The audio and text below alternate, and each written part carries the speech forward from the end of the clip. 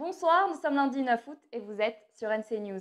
Dans votre JT ce soir, Jacques Lallier fait le point à mi-parcours de mandature.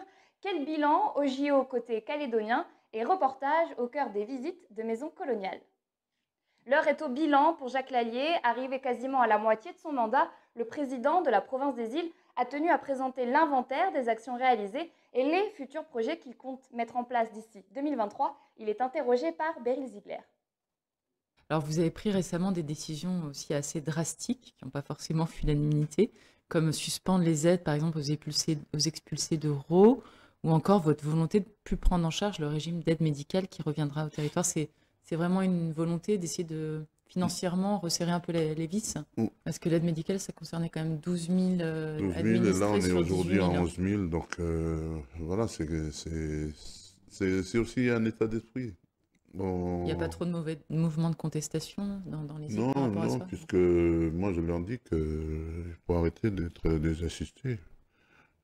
C'est une aide temporaire, mais c'est pas, ça ne doit pas être quelque Ad chose vitam aeternam, quoi. vitam aeternam. Et si c'est une aide qui doit durer, ben ça relève de la Nouvelle-Calédonie. Et c'est pour ça que j'ai annoncé que je souhaitais, mais je ne suis pas tout seul, parce que je crois que la province sud, et puis la province nord, il ne le dit pas, mais et pas opposé non plus. D'ailleurs, toutes les discussions qu'on a eues au niveau de ce qu'on appelle GTBE, les groupes exécutifs, entre le gouvernement et nous, et j'ai rencontré le président du gouvernement, et il souhaite le reconduire. Ben, effectivement, tout le monde est à peu près d'accord. C'est pour ça d'ailleurs qu'est sorti pour l'année 2021 une suspension à financement par une délibération du Congrès.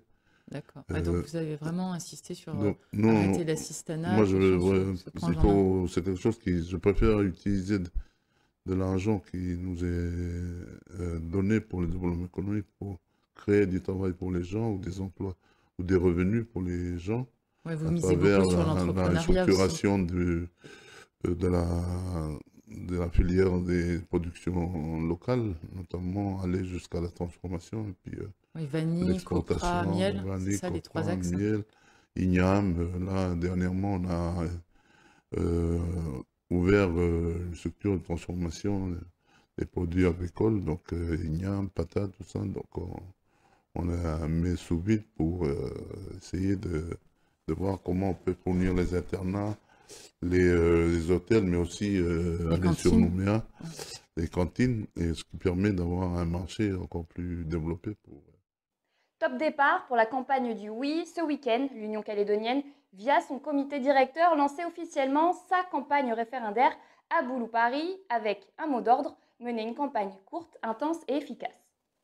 Clap de fin à Tokyo, les Jeux olympiques d'été se sont achevés hier au Japon alors que la France totalise 33 médailles et 10 titres. Quel est le bilan côté calédonien? On fait le point avec Tite Moelle.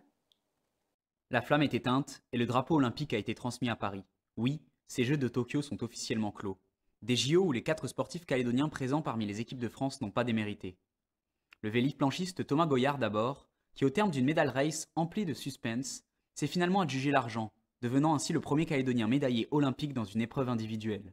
De son côté, le grimpeur Bassam Awem a établi un record olympique en vitesse en escalade, discipline faisant sa première apparition aux JO. Malgré un ticket pour la finale en poche, il n'a malheureusement pas pu y prendre part à cause d'une rupture totale du tendon inférieur du biceps lors de la dernière épreuve des qualifications. En natation, 2 cagous étaient alignés aux côtés des athlètes tricolores. Maxime Grousset, 22 ans, a montré qu'il faudra compter sur lui à l'avenir en signant le meilleur temps français de tous les temps lors de la finale du 4 x 100 mètres nage libre. Une course où la France terminera finalement 6e. Lors de la finale du 100 mètres nage libre la plus rapide de l'histoire, le Calédonien arrive cette fois au pied du podium. Et lors du 50 mètres nage libre, il calera pour finir en demi-finale. Après Londres et Rio en bassin, Lara Grangeon était cette fois sur la ligne de départ du 10 km en eau libre. Bien placée en début de course, elle se hisse finalement à la 9e place. 4 cagous au JO, il faut remonter à 1968 à Mexico pour en voir autant. On fait le point avec Christophe Dabin, président du CTOS. C'est une reconnaissance du travail qui est fait en Nouvelle-Calédonie, même si à un moment, nos jeunes sont obligés de s'expatrier, mais c'est un vrai travail de formation qui est mis en place et ça montre, je veux dire, la qualité de ce travail de formation. Et ensuite, ce qui est important, c'est que ça permet de montrer à un ensemble des jeunes qui sont en Nouvelle-Calédonie, qui sont dans le monde, dans le mouvement sportif, de se dire, eh ben, on peut nous aussi, à notre niveau, peut-être à notre tour arriver. Donc ça permet vraiment pour tous nos jeunes de se dire, ben, tiens, on peut aussi y aller. Et plus on aura, je pense, de jeunes Calédoniens qui accèdent au haut niveau, plus on aura de chances d'avoir plus de Calédoniens dans les équipes de France. Place maintenant aux Jeux paralympiques qui débuteront le 24 août dans la capitale nippone. Avec Pierre Ferbank et Nicolas Brignone en course en fauteuil et Thierry Sibonne au lancer de javelot et de poids, c'est 3 cagous qui seront cette fois en lice. Cognambo est clairement un atout difficile. Le constat est fait par le nouveau PDG du groupe financier Glencore. Dans un point de situation, Gary Nagel juge que si le groupe a réalisé d'excellents chiffres, il faut cependant rester lucide sur la situation de l'usine du Nord. Le groupe pourrait être amené à prendre des décisions prochainement au cours des 12 prochains mois. Suivez le guide et retournez au 19e siècle. C'est la formule choisie par l'association Témoignage d'un passé pour inciter le public à visiter avec elle les maisons coloniales. Régulièrement, l'association propose des visites guidées au Faubourg Blanchot. Adrien Monroux a testé pour vous.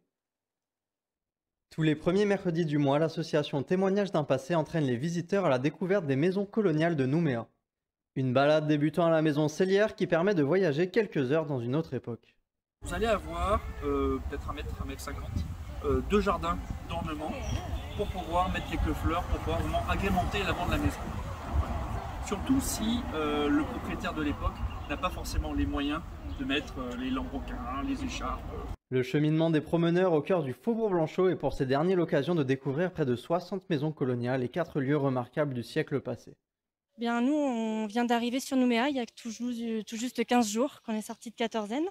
Donc du coup, on commence à faire les visites. C'est super intéressant de connaître un peu l'histoire de la ville.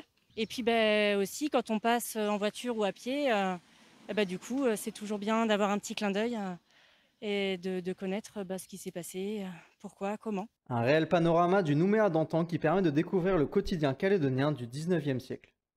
Et puis enfin, le gouvernement lance un appel aux volontaires pour aider la Polynésie. Suite à la flambée des cas de Covid-19 en Polynésie française, le gouvernement de la Nouvelle-Calédonie a demandé aux établissements médicaux de relayer son appel aux infirmiers et aides-soignants volontaires pour une mission temporaire à Tahiti. Celle-ci pourrait durer 1 mois de la mi-août à la mi-septembre. Merci d'avoir suivi l'actu sur NC News et à demain pour un nouveau JT.